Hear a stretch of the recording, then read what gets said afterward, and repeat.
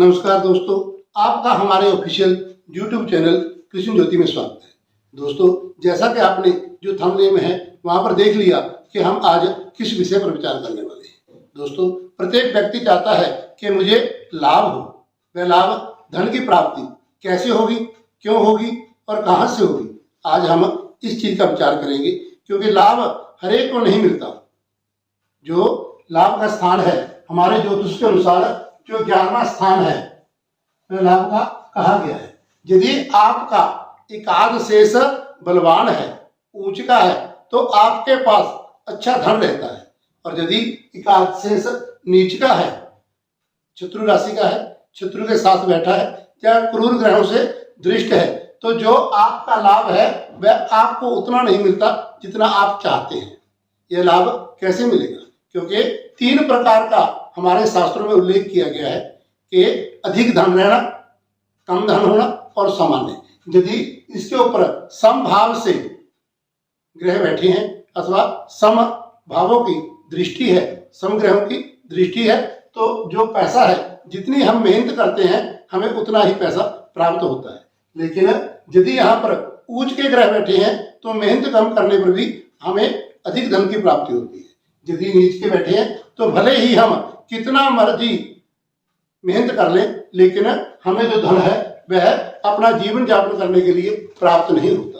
तो धन कहां से आएगा?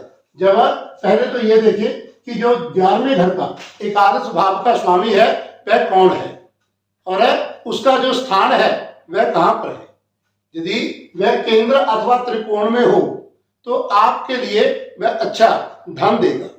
और यदि केंद्र अथवा त्रिकोण के स्वामी लाभ भाव में बैठे हैं तब भी आपके पास अच्छा लाभ आएगा। तो लाभ कहां से आएगा?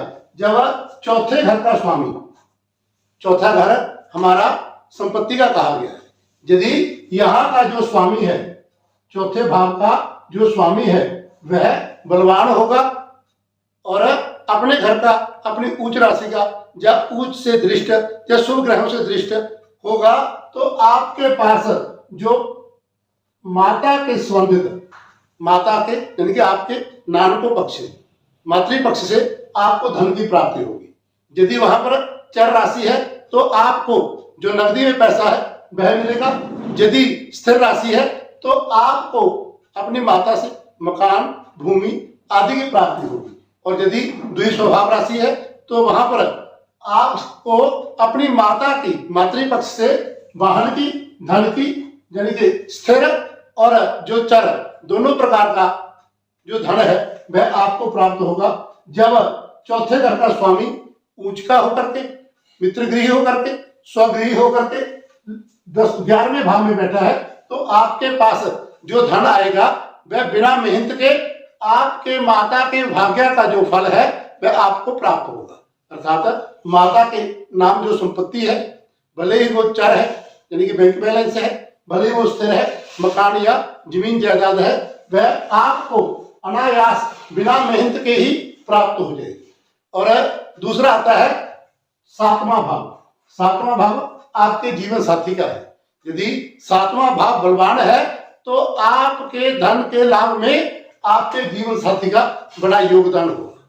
यदि वह उच्च का है अथवा मित्रगृही है, स्वगृही है, तो और ऐसा करने पर भी वह आपके लाभ भाव में बैठा है, तो आपके लाभ का मुख्य केंद्र आपका जीवन साथी होगा। अर्थात आपको अपने ससुराल से चर अथवा स्थिर, जैसी वहां पर राशि है 1, 4, 7, 10, यदि इनमें से कोई राशि है तो आपको चर संपत्ति मिलेगी। 2, 5, 8 और 11 यदि ऐसी कोई राशि है तो आपको स्थिर संपत्ति मिलेगी। यदि 3, 6, 9 और 12 यहाँ पर राशि है और उसका जो स्वामी है वह बलवान है, तो आपको चर और स्थिर जो संपत्ति है वह अपने ससुराल की तरफ से मिलेगी।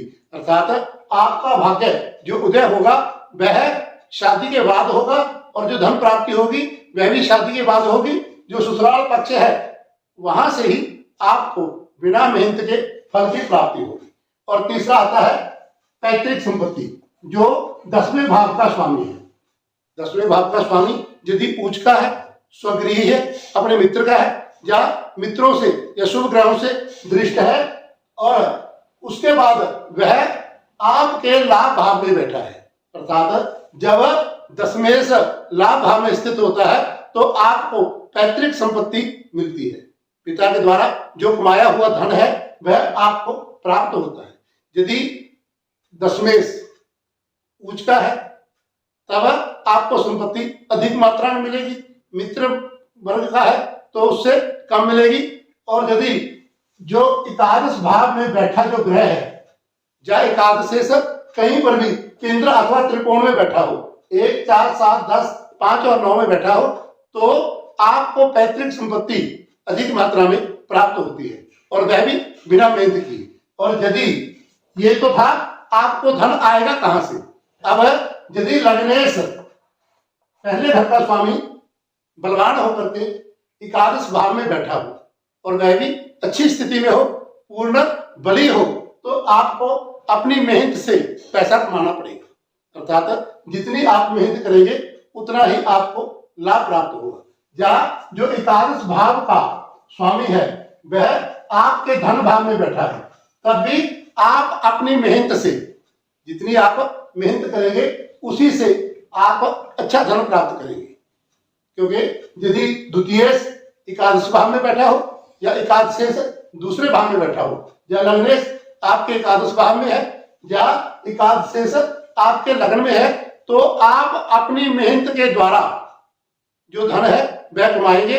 और यदि आपके ऐसा कोई योग है तो आपको धन कमाने के लिए पूरा परिश्रम करना पड़ेगा। और यदि लग्नेश ऊंच का है अथवा जो एकादशेश है वह उच्च का होकर के आपके लग्न भाव में बैठा है, तो अवश्य ही जो आपका धन है वह आपकी मेहनत से प्राप्त होगा। जितनी आप मेहनत करेंगे उतना अच्छा आपको योगदान मिलेगा। और उसमें यदि कोई राजयोग घटित हो जाए, भले ही चौथे घर से, सातवें घर से, 10वें से, लग्न एवं दूसरे घर से, तो आपको बिना प्रयास के धन की प्राप्ति होगी।